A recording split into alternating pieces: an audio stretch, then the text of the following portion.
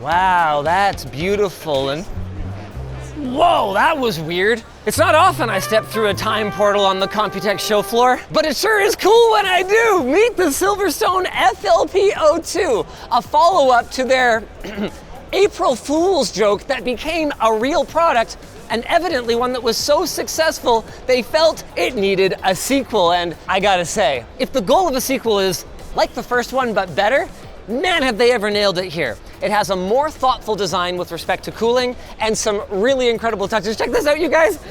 It has a turbo button that ramps your fan speeds up to 100% when you press it, and a lock that disables the power button so that your pesky kids won't get on the computer when they're not supposed to. Floppy disk style bay covers and stealthy I/O are nice touches, but what I really have to know is whose stroke of genius was the mismatched color on that front fan controller? I mean, we can always make the adjustments for production. This is our first sample. What? No, it's great. I assumed it was on purpose. What do you mean? The mismatched color, that's on purpose, right? Whose idea was that? Our engineer, ET. That's awesome. See, this adds a touch of authenticity that most companies would miss because everything was beige in those days, but nobody could settle on one beige. They were all different. They even got a period-accurate dome sticker. But don't let its aesthetic fool you. Silverstone says this is every bit as capable of handling high-end hardware as other modern cases, and are so confident that they're going to allow me to build in it right here on the show floor, even though it's still kind of prototypey in some ways. What could go wrong? Well, I can tell you something that went wrong. They have insulted my honor for the last time, Tony, by putting a non-LTT screwdriver in front of this computer. Fie on your screwdriver. Fie, I say. I brought my own. Although I might need this depending on how they did the I/O layout, so I'll keep it in my back pocket just in case. Right out of the gate, I'm appreciating the modern creature comforts. Captive thumb screws on the side panel, support for up to a 140 millimeter radiator in the back. Look at this. They even got support for a vertical GPU mount. Ooh, with an anti-sag brace. You'll love to see it. We won't need this boy for now, so we'll just go ahead and slide it a little bit out of the way. Let's go get our motherboard. Oddball configuration for this one. We've gone with a Core Ultra 9 285K and a Radeon 9070 XT. I guess it's a throwback to when Intel gaming CPU and ATI Radeon graphics would have been the go-to. Trying to do the math here. I think this RAM at 48 gigs is 8 times the capacity of the hard drive that my family owned when our computer had a lock on the front of it like this. Now, normally at this point, I'd love to put my cooler on and then throw the whole assembly into the case, but Silverstone has gone and provided my arch nemesis, the AIO water cooler, so I'm gonna throw that in the case first. Silverstone's been debating me off camera about my installation method for the AIO.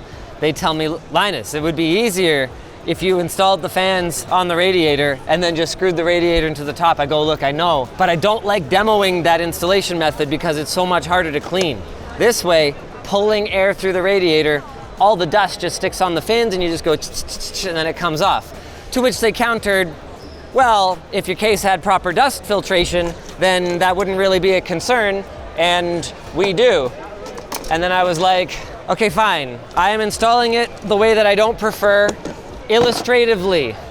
But if you don't have perfect dust filtration, I do strongly recommend that you have the fans pull the air through the radiator just to make it a little bit easier to clean. You happy? I'll do it your way. I'll do it your way. Good. Oh, that's a nice touch. Maneuvering the radiator in here is a little bit tricky with all those 5 1/4 inch bays in the way, but once it's in there, boom, no problem. It supports either a triple 120 or a dual 140 millimeter rad in the top. Man, you wouldn't believe what I would have given for cable management like this back in those days. Room behind the motherboard tray, little grommets to hide everything. Awesome. All right, let's get this board in here. Oh, nice. Silverstone's got that helpful little standoff with the lip so that you can just rest the motherboard in there if you're a crazy person like me and you build your systems up right. Most people would probably just use it to have it in the right position when it's lying flat, but I'm usually building for camera, so now we've got another modern creature comfort that I don't know how I lived without. CPU cooler cut out in the motherboard tray. Seriously, If I had $1 for every time I had built a computer back in the day and realized, oh crap, I have to take the motherboard out so I can put the backplate on my CPU cooler, I wouldn't have to do this job.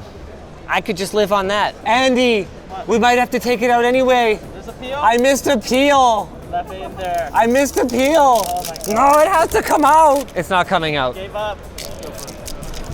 Since we're back here, it's a perfect time to talk about how we're gonna route all of our cooling cables. See, I could run this to the CPU header on the motherboard like normal, but then I couldn't use my turbo button. So let's have a look at the built-in fan controller in that front 5¼ inch module. Got SATA power coming in here, support for up to 8 connected fans, and, oh, this is cool, PWM control off the motherboard. So I can just throw this header over to the CPU header, and that way my CPU temps will control all my system fans regardless. Unless I hit the turbo button. This is looking like a nice little build. It's coming together, hey? They just told me they're leaving this assembled for the rest of the show, so to avoid any embarrassment, I'm putting in the rest of the motherboard screws. Oh, I guess I probably could have put the SSD in a while ago. Oh my goodness. Look at this thing, 2 terabytes, gotta be Gen 5. Oh yeah, 14 gigabytes a second. Not that it matters, but hey, you can. I guess the idea behind this was bringing back the sound of old computers with their whiny little 40mm fans.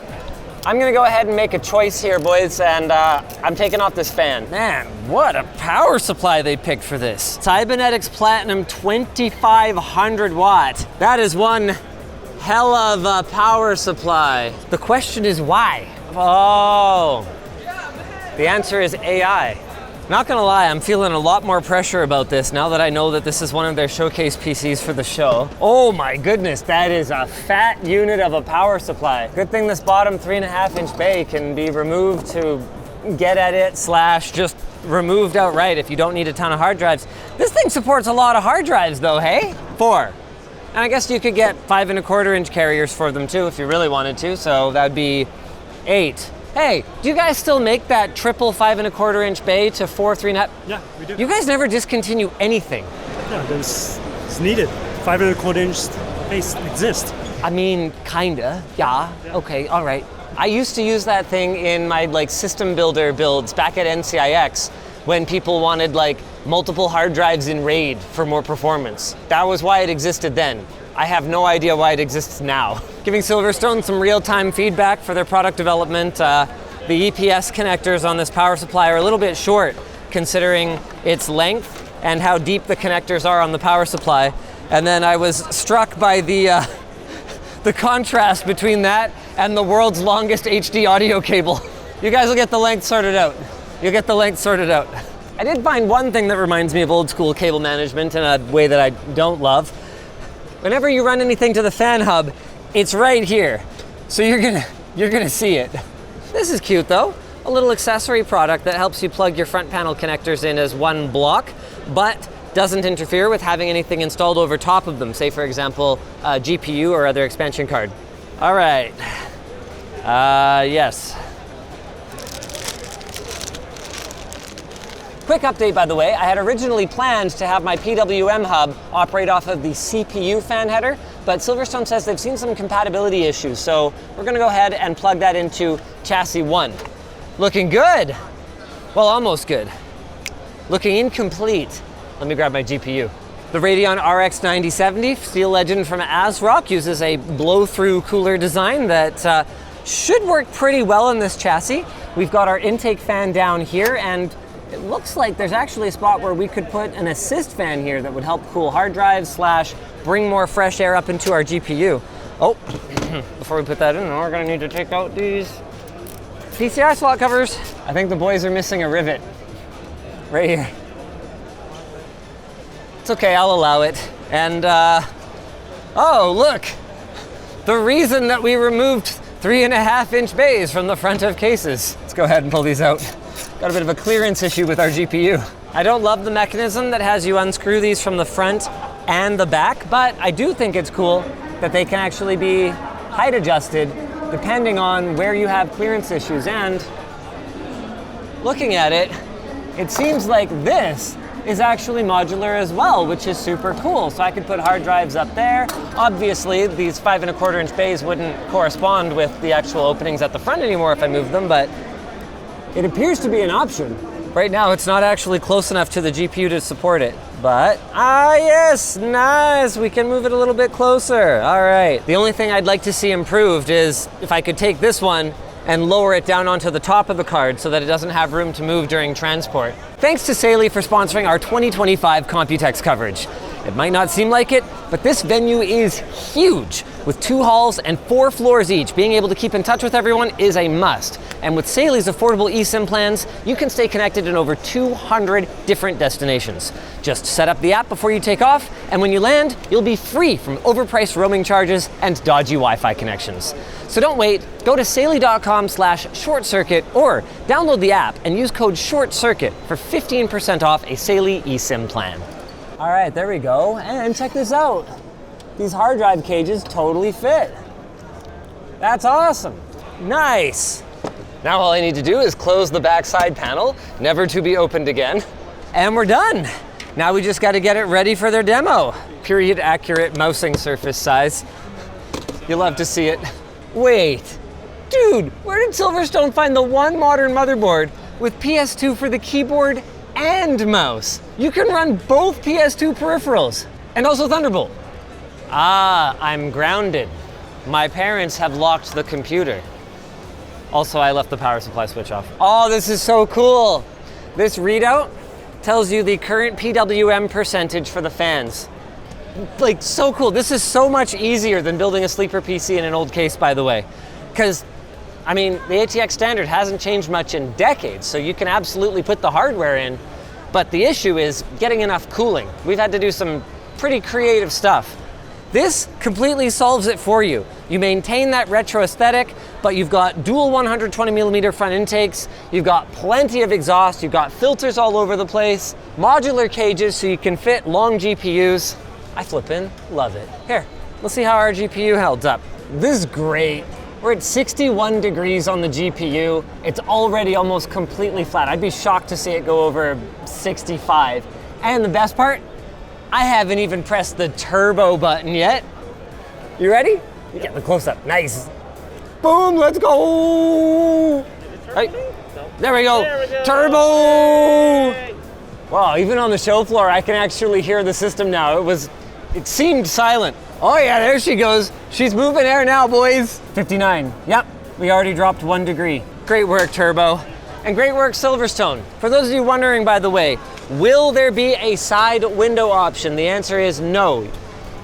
As it would be period appropriate, you will need to mod your own. Subscribe to ShortCircuit.